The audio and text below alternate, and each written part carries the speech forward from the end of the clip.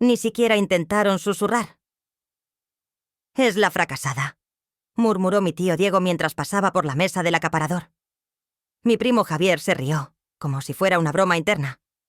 Toda la fiesta de compromiso vibraba con elogios de champán y aplausos corteses, para todos, menos para mí. No estaba vestida de diseñador. No llegué en un coche de lujo. Solo estaba ahí, invisible, hasta que dejé de estarlo.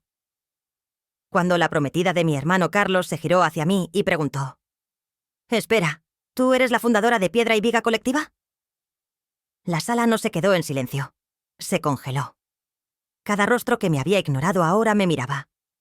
Y en ese momento, no vieron a la oveja negra. Vieron a la arquitecta de algo que nunca creyeron que pudiera construir. Pero para entonces, ya no necesitaba que lo hicieran. «Hola, soy Sofía». Me han llamado decepcionante más veces de las que puedo contar, pero esta historia no se trata de probar que están equivocados. Se trata de construir algo real cuando nadie piensa que puedes. Si alguna vez te has sentido ignorado, descartado o subestimado, esta es para ti. Quédate conmigo. Nunca pensé que sería invisible en la fiesta de compromiso de mi propio hermano Carlos, pero aún así, debería haberlo sabido. La invitación llegó en un sobre color crema con la apretada cursiva de mi madre garabateada en el frente, sin dirección de retorno, sin «Querida Isabel», ni siquiera una nota garabateada dentro, solo letras doradas en relieve e instrucciones de RSVP. Esa fue mi primera pista. No estaba siendo invitada, estaba siendo tolerada, como una de esas velas con aroma a pino que la gente guarda por culpa. Aún así, fui, por obligación o terquedad, o tal vez por alguna esperanza mal dirigida de que esta vez alguien podría verme como algo más que la que se alejó. Llevé un vestido azul marino sencillo. Traje un pequeño regalo envuelto en papel marrón. Y conduje 4 horas desde Winslow, en una camioneta prestada, porque mi propio cacharro oxidado aún esperaba una bomba de combustible. El Alder Ridge Lodge parecía sacado de una película de Sundance. Vigas de troncos, chimeneas de piedra, luces en cadena balanceándose en la brisa de la montaña. El aparcacoches apenas levantó la vista cuando di mi nombre. «¿Estás con los del catering?», preguntó. Sonreí, tensa, ensayada. «No, solo de la familia». En algún lugar dentro algo se astilló.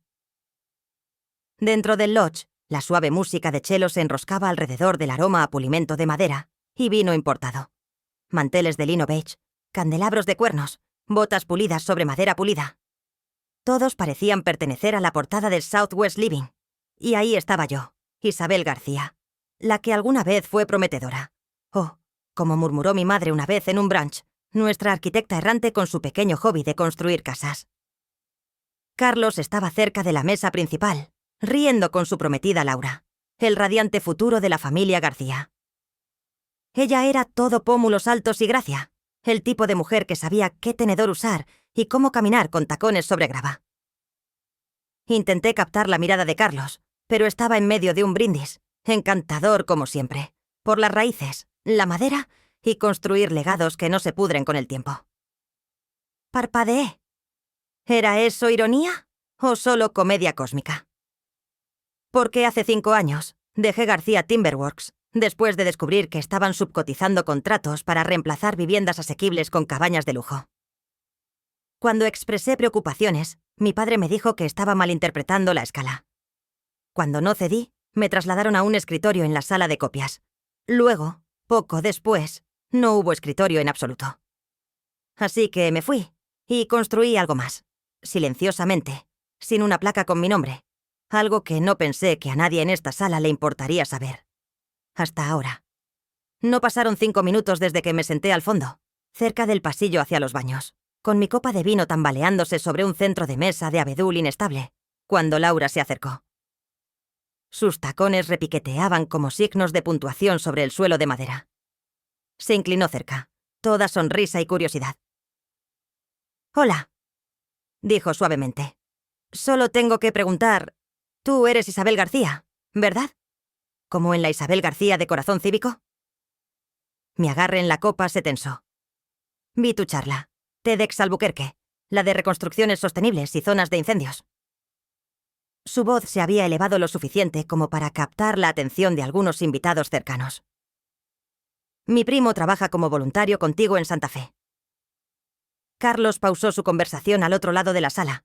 También lo hizo la música, como si el aire hubiera cambiado.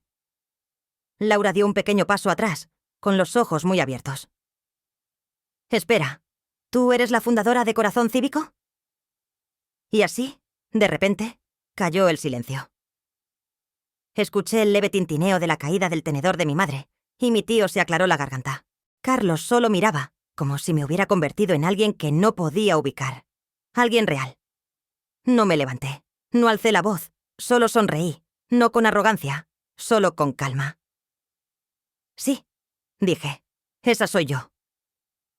Los ojos de Laura brillaron. Eso es increíble. Siempre pensé que García Timberworks era el único nombre familiar que estaba teniendo un impacto. Supongo que dejaron algunas notas al pie fuera del árbol genealógico, ¿eh? Lo dijo con amabilidad. Lo tomé como un evangelio, porque en ese momento no necesitaba validación, aplausos ni perdón. Tenía algo más. Reconocimiento. Silencioso. No invitado. Innegable. Y a veces, eso es todo lo que se necesita para sacudir el árbol genealógico hasta que las ramas podridas caigan. La cena fue sencilla. Solo nosotros tres sentados en una mesa tranquila en una esquina del Aspen Hollow Café, ubicado entre una librería de segunda mano y una tienda de velas en el centro de Durango. Cuerdas de luces ámbar se entrecruzaban sobre nuestras cabezas, proyectando suaves sombras en las paredes de madera desgastada. Fue idea de Lucía. Dijo que sería agradable tener un momento tranquilo antes de que comenzara el caos de la boda. No estaba segura si lo decía en serio, o si solo intentaba suavizar la incomodidad después de revelar sin querer mi identidad frente a todos. Mateo, como siempre, estaba lleno de sonrisas. Se recostó con la facilidad de un hombre que no había sido sacudido por nada en años, con la copa de vino colgando perezosamente de 2 dedos. Entonces, dijo, con la voz rebosante de orgullo, recibí la llamada oficial esta mañana. Me están promoviendo, director regional para el desarrollo del oeste montañoso. Lucía aplaudió. Eso es increíble, cariño. ¿Has trabajado tanto para esto? Él intentó restarle importancia con un encogimiento de hombros, pero el hinchado de su pecho lo delató. Ofrecí una pequeña sonrisa. Este era el mismo Mateo que una vez pintó el espejo del baño con pasta de dientes, ahora manejando presupuestos de 7 cifras y dando discursos en recaudaciones de fondos, y casándose con Lucía Fernández, que era considerada, cálida y el tipo de persona que recordaba el cumpleaños de tu perro. Funcionaban bien juntos, debo admitir. A mitad de la comida, Lucía metió la mano en su bolso. Traje algo para ti, le dijo a Mateo, entregándole una pequeña caja envuelta en una servilleta. Él la abrió y ladeó la cabeza. Dentro había un pequeño llavero de madera, tallado en forma de ladrillo de piedra, con un emblema quemado en un lado. ¿Qué es esto?, preguntó sosteniéndolo en alto. Es de piedra y viga colectiva, respondió ella con la voz suavizándose. Reconstruyeron la casa de mi abuela después de esa inundación en Pinos Plateados. Habríamos tenido que mudarnos a un remolque si no fuera por ellos. Mateo parpadeó. ¿Piedra y viga qué? Piedra y viga colectiva, repitió ella con una sonrisa. Es una organización sin fines de lucro que ayuda a restaurar hogares después de desastres. Reconstruyeron todo el bloque. Les envié un video de agradecimiento. Las iniciales del fundador eran SG, creo. Mis dedos se congelaron en el tallo de mi copa. Mateo asintió, sin mucho interés. Vaya, genial. Metió el llavero en el bolsillo de su chaqueta como si fuera un recibo. Luego añadió despreocupadamente. Mi hermana solía estudiar arquitectura o algo por el estilo. Abandonó. Ahora, como que construye cobertizos o refugios comunitarios. Creo. Lucía se giró hacia mí, sorprendida. ¿En serio? No levanté la vista. Algo por el estilo. Pasaron a otro tema. La conversación cambió a los lugares de la boda. Ella quería algo en el cañón. Él se inclinaba más por un estilo de viñedo elegante. Luego a la tendencia del tío de ella a llorar durante los discursos. Y cómo esperaban hacer su luna de miel en el estado de Washington. Dejé que el vino difuminara los bordes de la conversación. Mateo no reconoció el logo en el llavero. No conectó al grupo que ayudó a la familia de su prometida con la hermana que él pensaba que simplemente había derivado. Y no lo corregí. Más tarde esa noche, me quedé despierta en mi apartamento. El sonido del viento lejano rozando los árboles afuera. Me levanté y saqué mi viejo disco duro del estante. Rayado, abollado, lleno de archivos polvorientos que no había abierto en años. Lo conecté, buscando una carpeta en particular, Testimonios 2017. Ahí estaba. Un video granulado se reprodujo en mi pantalla.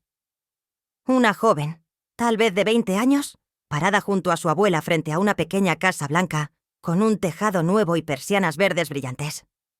Detrás de ellas, las colinas de pinos plateados aún llevaban cicatrices de deslizamientos de tierra. Sonrieron, a pesar de todo. «Gracias, Piedra y Viga», dijo la voz de Lucía. «Gracias por devolverle a mi abuela un hogar, por darnos algo en lo que creer». Recordé todo. El plano dibujado en mi mesa de cocina, el equipo de voluntarios de carpinteros jubilados y adolescentes locales, la forma en que todo el lugar olía a pino húmedo y herramientas oxidadas.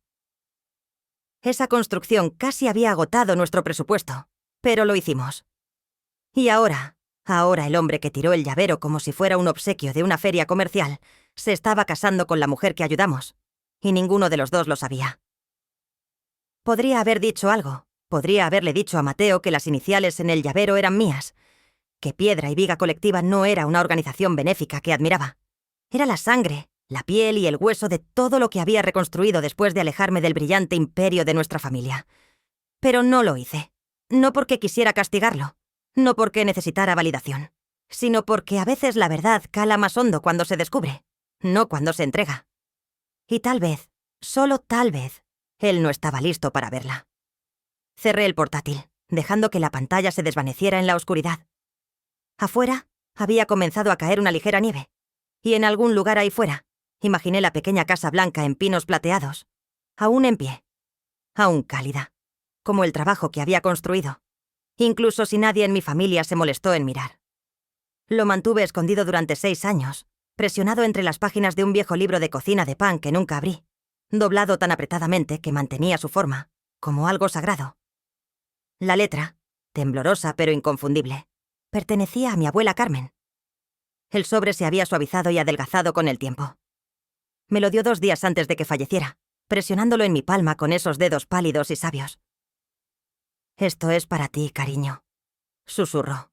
«Solo cuando estés lista». No lo estaba, no entonces, tal vez ni siquiera ahora. La abuela Carmen fue la única persona en nuestra familia que escuchó sin intentar dirigir. Cuando tenía 10 años, me dejó dibujar casas imaginarias en su porche cubierto con tiza de acera y me dijo que tenía manos de ingeniera. Cuando tenía 17, dejó $20 en el bolsillo de mi abrigo con una nota. «Dinero para gasolina. Ve a ver el mundo». Cuando abandoné el programa de arquitectura, no parpadeó. Solo me abrazó y dijo: «Algunas estructuras no están destinadas a terminarse». Ella nunca vio Piedra y Viga Colectiva, pero fue la voz detrás de cada cimiento que pusimos. Tal vez por eso no podía leer la carta. Tenía miedo de que dijera que estaba decepcionada. Esa mañana, el sol atravesó mi pequeño apartamento en una cabaña en Bocemán, extendiéndose por los bocetos y mapas doblados. Un termo de café medio vacío estaba junto a una pila de planos impresos. Miré el sobre, descansando en mi escritorio, aún sellado, aún esperando. En Piedra y Viga, estábamos en medio de la restauración de un dúplex de remolque fuera de Livingston, después de que un accidente con un tanque de propano volara a la mitad de la cocina. Me movía entre equipos, carpinteros mayores que alguna vez construyeron la escuela primaria local y chicos universitarios tratando de cambiar tiempo de pantalla por manos adoloridas. Nadie allí sabía mi nombre completo. Solo me llamaban SG. Esa anonimidad no era una coincidencia, era un límite, un escudo entre el mundo que construí y el que me olvidó. No hacíamos relaciones públicas, no organizábamos cenas de gala ni repartíamos bolsas de tela.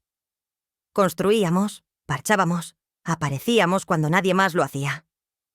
Luego, un martes, llegó un correo electrónico a nuestra bandeja de entrada general, con un asunto simple: solicitud de restauración de hogar rural.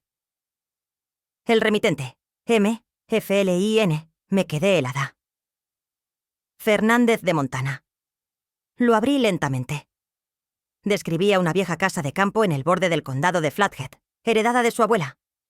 Después del deshielo del invierno pasado, las tuberías habían reventado, las paredes se habían combado. No esperaban mucho, solo preguntaban si aceptábamos casos no relacionados con desastres. Decían que el lugar era importante para su familia. Luego vino la última línea. Aunque no califiquemos, quería decir, gracias. Tu trabajo le dio refugio a mi prima Lucía y a su familia, cuando no tenían a dónde ir.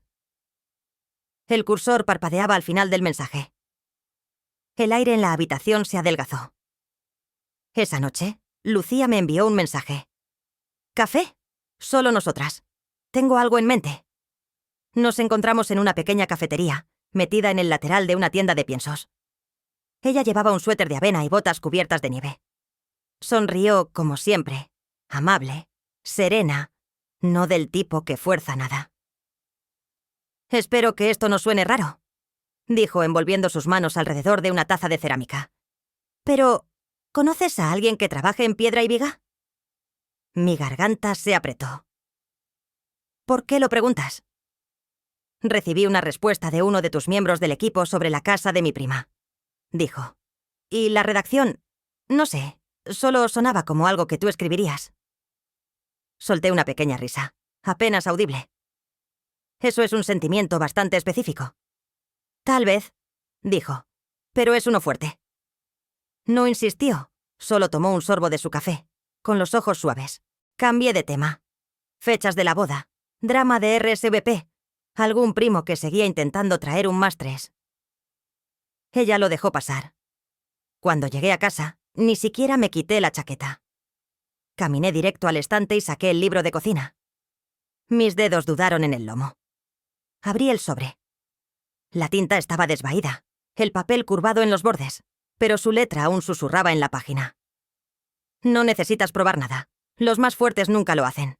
Solo viven de una manera que la gente no puede olvidar». Mis dedos temblaron. Lo leí de nuevo, y otra vez. No era decepción lo que esperaba en esa carta, era liberación. No había fallado, simplemente había elegido otro camino. Uno sin aplausos, uno con significado. Y de alguna manera, incluso en el silencio, alguien había escuchado. Incluso en las sombras, alguien había recordado. No había planeado ir. Hablar en público nunca fue parte del plano, no cuando mantenerme invisible era mi arquitectura más segura. Pero la invitación para hablar en un simposio en Flagstaff sobre reconstrucción post-desastre se quedó conmigo. El correo electrónico vino de un arquitecto retirado que solía trabajar con FEMA hace años. Había escrito una nota de agradecimiento manuscrita a piedra y viga colectiva, elogiando nuestro trabajo como diseño para la dignidad. Terminó con: «ASG, donde quiera que estés, tu trabajo hizo más que arreglar edificios, arregló personas». Me tomó una semana decir que sí. El evento no era ostentoso, sin pancartas, sin luces, solo un auditorio desgastado en el campus de la Universidad del Norte de Arizona, lleno de sillas de metal y murmullos suaves de planificadores urbanos, constructores y personas que lo habían perdido todo y reconstruyeron de todos modos cuando subí al estrado.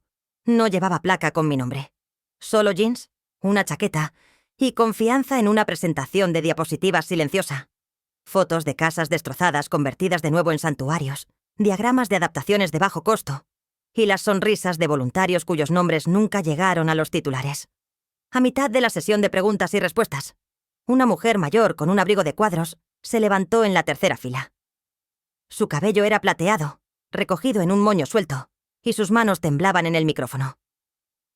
«Perdí mi casa en el incendio de East Rim el año pasado», dijo. «Pensé que nunca volvería a ver esa vieja foto familiar. Mis hijos en la nieve, mi esposo sosteniendo la cámara, pero tu gente la encontró detrás del aislamiento de la pared». Hizo una pausa, con la respiración entrecortada. Piedra y viga no solo me construyó un tejado nuevo, me devolvió una parte de quién era. Tragué con fuerza. Los aplausos se sintieron lejanos, como si pertenecieran a alguien más. Asentí y solo dije: «Gracias». Nadie preguntó mi nombre, y no lo ofrecí. De vuelta en Sedona, otro tipo de historia estaba surgiendo. Mi padre, León García, estaba preparando su mayor impulso inmobiliario hasta ahora, la iniciativa Vista García. Todas las palabras de moda de marketing estaban ahí. Urbanismo sostenible, revitalización, comunidades de borrón y cuenta nueva. Pero yo sabía el código. Significaba desplazar a residentes de bajos ingresos y pavimentar vecindarios antiguos con vidrio y granito. Mateo había sido elegido para liderar la campaña de branding. Trajo su encanto, una presentación digital y algunos atajos de más. Una noche durante la cena, lo escuché contarle a nuestro padre uno de los informes de investigación. Incluso citó a una organización sin fines de lucro de vivienda, Piedra y Viga, o algo por el estilo. Dijo que las iniciales del fundador eran SG. Papá no levantó la vista de su plato. ¿SG? Dijo. Ese es el equipo que sigue retrasando las aprobaciones de permisos, idealistas sin sentido del flujo del mercado. Solo ignóralos. Sentí el calor subir en mi pecho. No sabían. No se daban cuenta de que la zona que Vista García estaba apuntando se superponía con la misma zona donde Piedra y Viga acababa de completar su evaluación ambiental. Habíamos estado preparando para apoyar a los residentes con planes de reconstrucción. Y ahora, si la iniciativa se lanzaba, todo lo que habíamos hecho sería arrasado. Los permisos acelerados antes de que pudiera realizarse cualquier reunión comunitaria. No era accidental. La ciudad había sido presionada silenciosamente. Estaba atrapada entre dos yoes de nuevo. Sofía García, la hija escrita fuera de la narrativa, y SG, la fundadora que silenciosamente sostenía un muro entre la codicia corporativa y los vulnerables. Luego vino un giro que no esperaba. Mateo y yo fuimos invitados a hablar en el Foro de Desarrollo Urbano del Oeste en San Diego. Su tema: dando forma a las ciudades del mañana. La visión encuentra el valor. El mío: cimientos invisibles. Diseño priorizando la comunidad en la recuperación de crisis. Dos versiones del futuro en el mismo escenario. No le dije a nadie que acepté, pero alguien más había estado juntando las piezas. Esa noche, justo cuando estaba etiquetando muestras arquitectónicas en mi taller, hubo un golpe en mi puerta. Lucía estaba afuera. No sonrió esta vez, solo extendió una página impresa, un testimonio de una de las primeras construcciones de Piedra y Viga. Lo reconocí de inmediato, la casa que salvamos después de un lavado por Monzón cerca de Tucson. El nombre al final, tenue pero presente, decía: SG, líder del proyecto. Me lo entregó sin decir una palabra. Luego dijo: solo tengo una pregunta. No me moví. Tú eres SG, ¿verdad? No respondí, pero tampoco aparté la mirada. Sofía no respondió de inmediato. Abrió la puerta un poco más y se hizo a un lado. Pasa, dijo con voz baja pero firme. Lucía entró, su mirada recorriendo el compacto apartamento enclavado en las colinas sobre Asheville. Era tranquilo, arraigado. Los suelos de madera crujían bajo sus pasos y las ventanas aún conservaban el aroma a pino de la brisa exterior. En un estante estrecho había 3 pequeños modelos arquitectónicos, uno con un frontón roto, otro con etiquetas de colores. Una pizarra blanca descansaba contra la pared, ligeramente manchada pero legible. 3 palabras estaban escritas en azul: piedra, refugio, personas. Sofía le entregó un vaso de agua y se sentó frente a ella, con las manos cruzadas. No ofreció explicaciones. En cambio, preguntó sobre el trabajo de Lucía, su próxima mudanza a Charleston, la reciente recuperación de su abuelo. Cualquier cosa para desviar la luz de lo que flotaba entre ellas. Pero Lucía no dejó que se desviara. Mi abuelo, comenzó suavemente. Siempre decía: algunas personas construyen por lucro, otras construyen porque recuerdan cómo es dormir con frío. La boca de Sofía se curvó en la más gentil de las sonrisas. Suena como alguien que conoce el camino largo. Lo es, y tú también. La voz de Lucía no se alzó, no necesitaba hacerlo. Sus ojos volvieron a mirar alrededor, a los modelos, las notas, la foto enmarcada de una casa reconstruida en los Smokies. Luego volvió a Sofía. Solía preguntarme quién creó Piedra y Viga Colectiva. Quería agradecerles. Nunca imaginé que sería alguien a quien veía todos los domingos en el brunch. Alguien que nunca mencionó su propio nombre. La pausa que siguió no estaba vacía. Estaba llena de cosas no dichas, del tipo que echan raíces en el silencio. Sofía dejó su vaso. No apartó la mirada. Piedra y Viga no fue un proyecto delegado, dijo. Fue supervivencia, después de que me dijeran que no valía nada, después de ser cortada como si no importara. Necesitaba construir algo que no me pudieran quitar. Su voz no se quebró, pero lo que vivía debajo, coraje, dolor, gracia, habló más alto que las palabras. Lucía asintió lentamente, como si estuviera acunando esa verdad, sosteniéndola sin necesidad de arreglarla. Afuera, en el pasillo, donde el aire olía ligeramente a tierra húmeda, Mateo García estaba inmóvil. Había llegado tarde, enviado por su padre para dejar una carpeta con los renderizados finales del proyecto Vista García, pero cuando escuchó voces detrás de la puerta, la de Lucía, luego la de Sofía, se quedó helado. No llamó, no abrió la puerta, solo escuchó. Cuando oyó a su hermana decir algo que no me pudieran quitar, algo se movió en su pecho, algo que aún no tenía nombre, pero que se sentía como un ajuste de cuentas. Esa noche, de vuelta en su propio condominio cerca del río French Broad, Mateo se sentó en su portátil. Abrió el servidor interno donde almacenaba materiales de prensa para Vista García. Luego escribió: Piedra y viga colectiva en la búsqueda de archivos. Una carpeta, 2 artículos y un PDF enterrado de hace 5 años. Notas de permiso de la ciudad para un proyecto de reconstrucción rural, cerca de Brevard. Adjunto al archivo había un recorte de periódico escaneado, granulado, desvaído. Pero ahí, en el centro de la imagen, estaba una mujer en jeans y casco, con las mangas arremangadas, agachada junto a una caja de madera recuperada, con un lápiz detrás de la oreja. Sofía. Sin autor, sin iniciales, solo trabajo, solo propósito. Pasada la medianoche, Mateo tomó su teléfono. Le envió un mensaje a Lucía. ¿Desde hace cuánto lo sabes? Una pausa. Luego llegó su respuesta. No necesitas saberlo por mucho tiempo. Solo necesitas saber dónde mirar. El salón de banquetes de Rancho Azul brillaba con tonos desérticos apagados y una suave luz de velas. Faroles de arcilla parpadeaban contra las paredes de adobe, proyectando sombras cálidas sobre azulejos pintados a mano y vigas de madera flotante. Todo en la velada susurraba elegancia con un toque del suroeste. Esta era la fiesta de compromiso de Mateo y Lucía, y era impecable. Sofía hizo una pausa en el borde del gran patio, releyendo el último correo electrónico de su madre por 3ª vez. Ponte algo alegre esta vez. Es una celebración, querida, no una de tus charlas TED.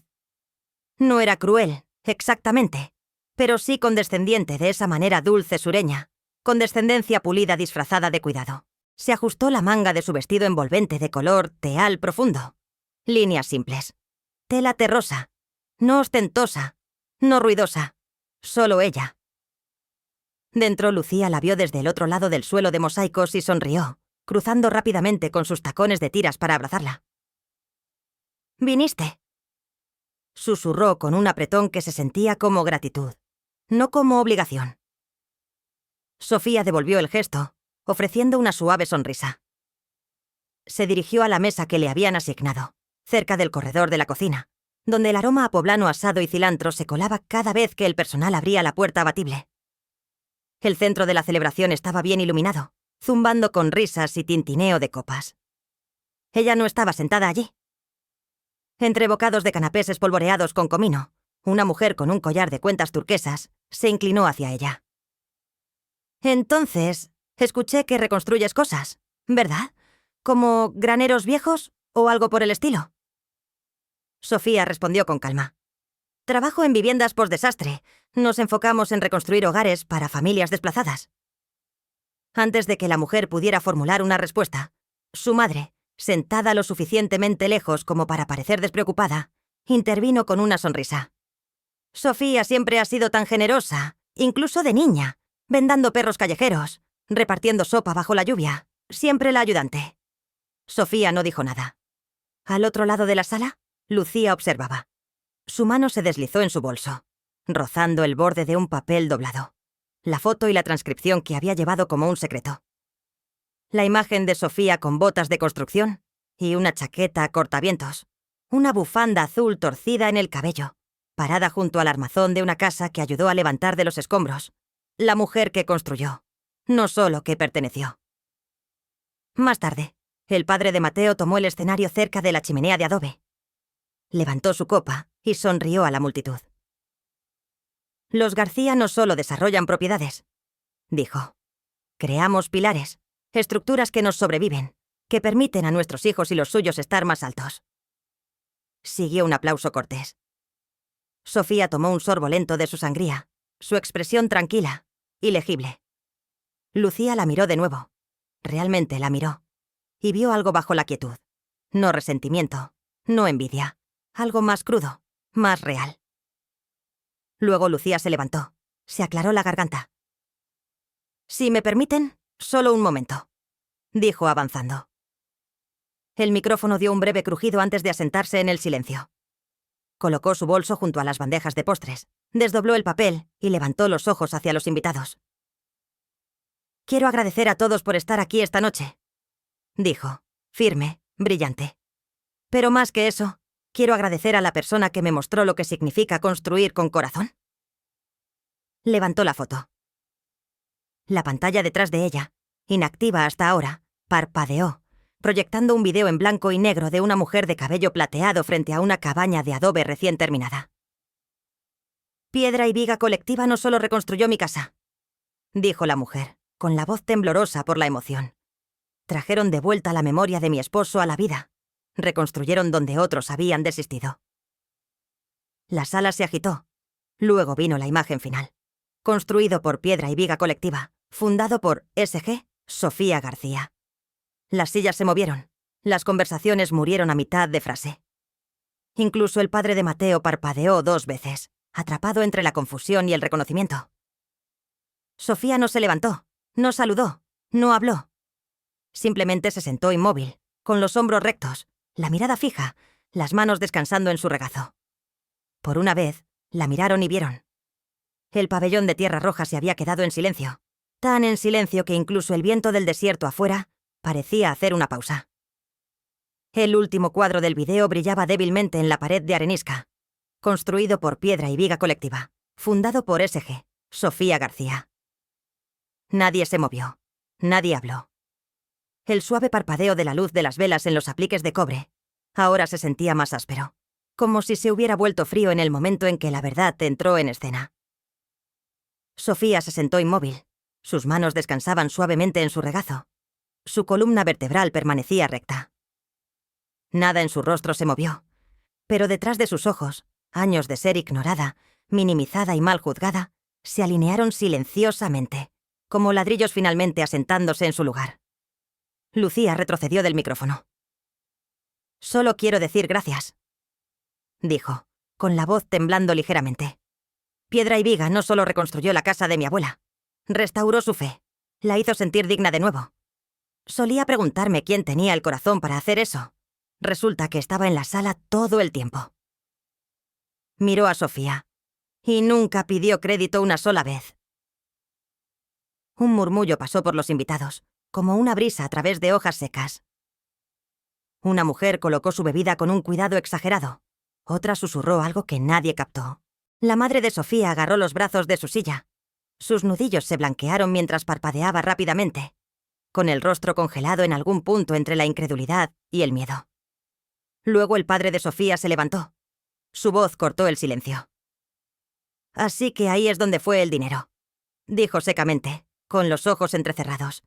«Has estado jugando a salvadora con casas rotas, inadaptados, mientras esta familia, tu familia, avanza. ¿Qué exactamente estabas tratando de probar?» Sofía se giró hacia él. Su voz era suave, pero llenó la sala. «Que algunas cosas valen la pena salvarse, incluso si no generan ganancias». Nadie respiró. Mateo se levantó a continuación. El aire en la sala se tensó aún más. Todos esperaban que él arreglara las cosas, que hablara por los García, como siempre lo había hecho su padre. Pero en cambio, se paró junto a Sofía. «Es la única en esta familia que nunca ha buscado aplausos», dijo, «y la única que realmente ha cambiado vidas». Las palabras cayeron como una piedra en agua quieta. Las voces se agitaron de nuevo, bajas, inciertas. Un tenedor chocó contra el suelo. Alguien se aclaró la garganta y no dijo nada. La mandíbula de su padre se tensó. Luego, sin otra palabra, se giró y caminó hacia las puertas de vidrio. El viento atrapó el borde de su abrigo mientras desaparecía en la noche del desierto. La madre de Sofía permaneció sentada. No protestó. No lo siguió. Sus ojos permanecieron fijos en Sofía. No con juicio esta vez, sino con una búsqueda silenciosa, desconocida. Como si la viera. Realmente la viera. Por primera vez. El silencio se rompió cuando un hombre alto con una chaqueta azul marino se acercó. No era ostentoso, solo directo. Extendió una mano. Piedra y Viga ha estado en mi radar por un tiempo. No esperaba encontrar a su fundadora aquí esta noche. Sofía se levantó lentamente. Le estrechó la mano, firme y estable. Gracias, dijo. Pero no construimos para atraer atención. Construimos para que la gente recuerde quiénes son. El hombre asintió. Su sonrisa era del tipo que solo aparece cuando algo encaja, cuando un rompecabezas que no sabías que tenías de repente tiene sentido. Sofía se giró y caminó hacia las puertas abiertas. No se apresuró, no saludó y no miró atrás. Pero todos los ojos la siguieron, y por primera vez en 200 años, ni uno solo mostró lástima o desdén, solo respeto. Habían pasado 2 días desde la noche en el pabellón de Tierra Roja, pero la quietud que siguió se aferró a Sofía como la niebla después de una tormenta en la montaña. La pequeña oficina de piedra y viga colectiva no había cambiado. Sus paredes de cedro aún crujían en el calor de la tarde, y la máquina de café en la esquina aún hacía un sonido como un suspiro cansado, pero algo en el aire había cambiado. Sofía se sentó sola en su mesa de trabajo, rodeada de bocetos, notas y muestras de materiales antiguos. Su bandeja de entrada estaba desbordada. Desarrolladores, medios, incluso antiguos críticos, todos repentinamente interesados. Pero no fueron las propuestas brillantes ni los correos de felicitación los que captaron su atención. Fue un sobre sencillo, ligeramente amarillento, escondido bajo un tubo de planos, sin nombre, sin sello, sin lacre. Lo abrió con cuidado deliberado. Dentro había un testamento antiguo, arrugado, muy desgastado, claramente manejado más de una vez, con una nota corta y doblada sujeta a Nael, escrita en cursiva gruesa y asertiva. Incluso antes de que sus ojos lo confirmaran, su corazón reconoció la mano que lo había escrito, la de su padre. Sofía, decía, si estás sosteniendo esto, significa que no llegué al final con la verdad.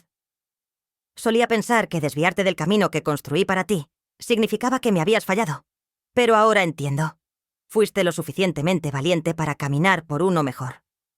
Soñé que tomarías el control de la compañía, no porque siguieras órdenes, sino porque viste lo que yo tenía miedo de ver. Escribí esto, no lo envié, no porque no lo sintiera, sino porque temía que pudiera llegar demasiado tarde. Papá. No se movió a la silla, en cambio se sentó en el suelo de madera recuperada, con las piernas cruzadas, la carta en la mano.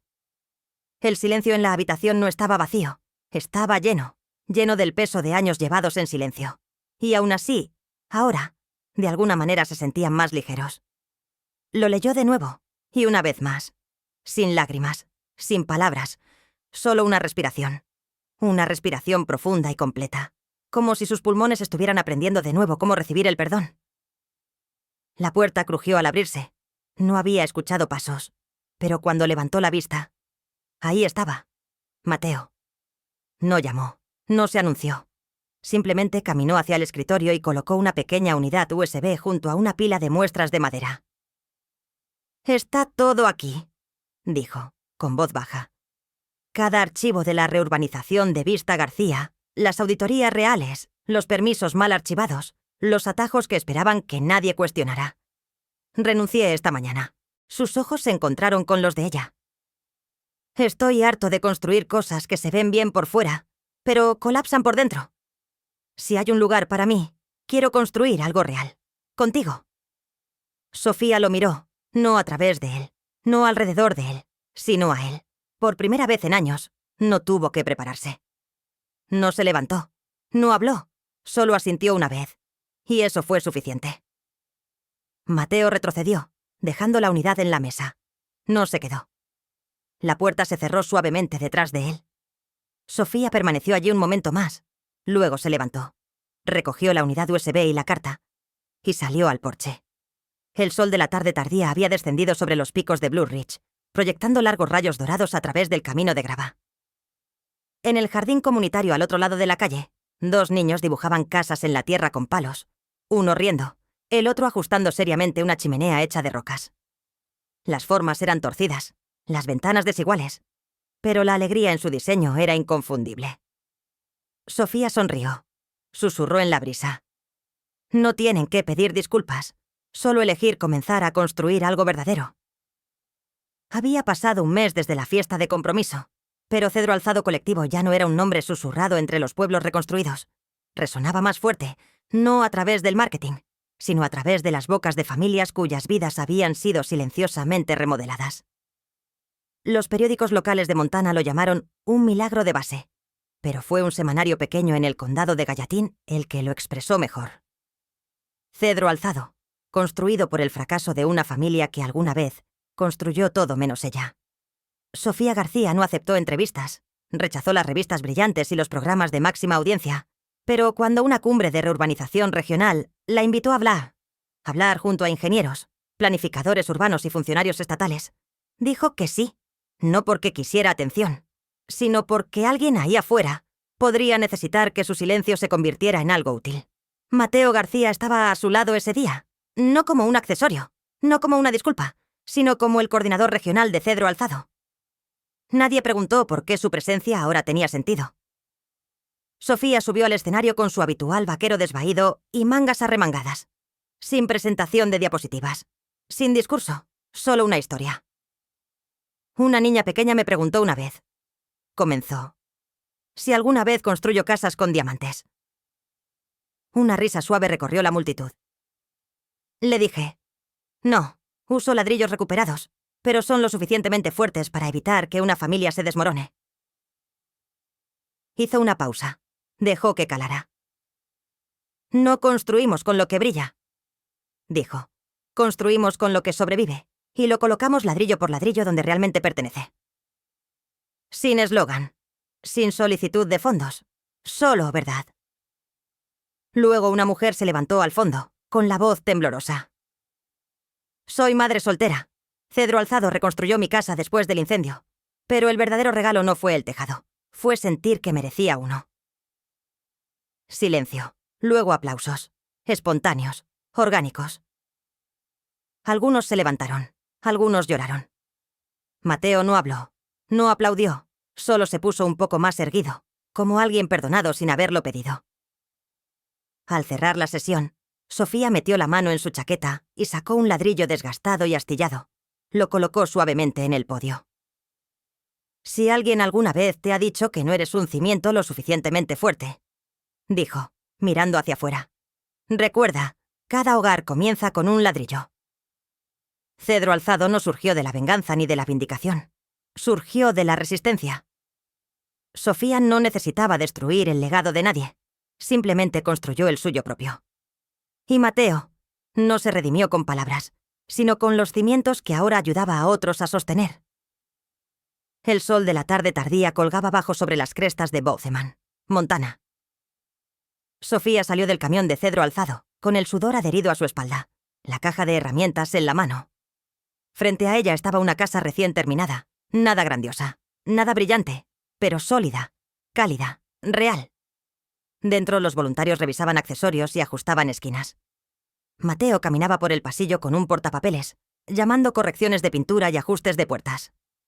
Nadie cuestionaba el liderazgo. El ritmo se había ganado. Sofía se agachó junto a una ventana para probar el pestillo. Una mano pequeña tiró de su manga. ¿Construiste nuestra casa?, preguntó un niño, tal vez de 6 años, con los ojos muy abiertos. Sofía se arrodilló. No, sonrió. Solo puse el primer ladrillo. Él sonrió. Luego corrió a mostrarle a su hermana su habitación. Afuera, al otro lado de la calle, alguien observaba. El aliento de Sofía se detuvo. Su madre, sin joyas, sin abrigo de diseñador. Solo un cardigan suave y una bolsa de papel marrón apretada contra su pecho. Se miraron a los ojos, quietud. Luego su madre cruzó lentamente, colocando la bolsa en el porche. «Es una foto», dijo en voz baja. «Tú y tu abuela Carmen. Siempre dijo que tenías su terquedad». Sofía la tomó, pero no la abrió. Su madre se giró para irse, pero Sofía habló primero. Una vez preguntaste por qué construyo con ladrillos recuperados, dijo con voz firme. Porque fueron desechados. Pero cuando se colocan bien, son más fuertes que cualquier cosa nueva. Su madre no se dio la vuelta, pero hizo una pausa y asintió. Lo sé, dijo. Ahora lo sé. El crepúsculo se asentó. El púrpura se extendió por el cielo como pinceladas.